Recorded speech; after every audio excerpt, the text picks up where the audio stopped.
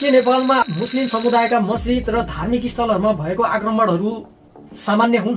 यो हिन्दू सम्राट सेनाको अध्यक्ष राजेश यादव यसको अडियो लिक भएको छ र यो अडियो लिकमा जसरी पुलिसले अनुसन्धान गर्ने क्रममा अहिले आफ्नो आक्रमणकारी मान्छेहरूलाई के सम्झाउँदैछ यो सुन्नुस्, तपाईहरुले बुझ्नुहुन्छ। 2 दिन से की भऽ रहल छै अपन सम्राट सेना जत शाखा है, महतरी भेल, धुनसा भेल, सर्लाही भेल, सप्तरी भेल या गाउँपालिका स्तर पर भेल अपन संगठन के अनुसंधान वाला और प्रशासन मतलब हरेक एंगल से पूछताछ करे छले रे कि तोर जिला अध्यक्ष के हो, नगरपालिका अध्यक्ष के हो, संगठन के प्रमुख के हो, तेनी जाते यदि एहन बात आवे ना कोनो प्रशासन अहाँ सब लंग पूछे एहन बात फोन पर नहीं कब डाइरेक्ट तो हमारा घरे आके मिल है ना। अस्सलाम वालेकुम, नमस्कार साथीहरु। थाहा हुन्छ कि यो सामान्य पनि होइन र एक्सिडेन्टली भएको घटनाहरू होइन, यो प्री प्लान घटनाहरू हो र प्री प्लानै गरेर यिनीहरूले मूर्ति विसर्जनको दिनमा या धार्मिक सभाको दिनमा हामीले मस्जिदमा एट्याक गर्नुपर्छ भनेर यिनीहरूले प्री प्लान बनाउने गर्छ। भारतमा आरएसएस र नेपालमा हिन्दू सम्राट सेना इक्वल भन्न मिल्छ हैन? उहाँ आरएसएससँग त हामी कम्पेयर गर्न सक्दैनौँ। हाम्रो त उहाँ सोर्स अफ इन्फर्मेसन भनौँ, सोर्स अफ नलेज भनौँ हैन, उहाँ हामी त मेन हुन्छ नि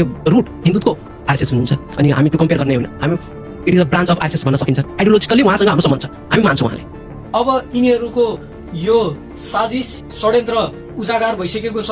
यिनीहरूले कयौंपल्ट अज्ञात समूहले हमला गर्यो भनेर विभिन्न मुस्लिम समुदायका घर जलाइदिने, मस्जिदमा आक्रमण गर्ने, जलाउने, तोडफोड गर्ने, लुटपाट गर्ने र हाम्रा मुस्लिम दाजुभाइहरूलाई पनि जबरजस्ती धार्मिक नारा लगाउने जुन इन्डियामा भएको राष्ट्रिय स्वयंसेवक संघ आरएसएसले जे त्यहाँ मुसलमानहरूको साथमा गरिरहेको छ, यिनीहरूले नेपालमा पनि त्यही गर्ने कोसिस गर्ने हो, त्यसैको कपी पेस्ट गर्ने हो नेपालमा। त्यो कुरा अब ढोके छुपेको छैन।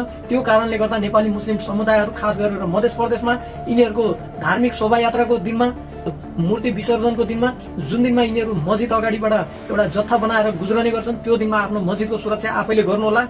इन्डियाबाट सिकेको फर्मुला हो यो। नेपालमा आजसम्म कहिल्यै पनि कुनै जात धर्म र धार्मिक द्वन्द्वहरू भएको थिएन। जसले धर्मको व्यापार गर्छ र जसले धर्मको नाममा राजनीति गर्छ तिनीहरूलाई बहिष्कार गरौँ।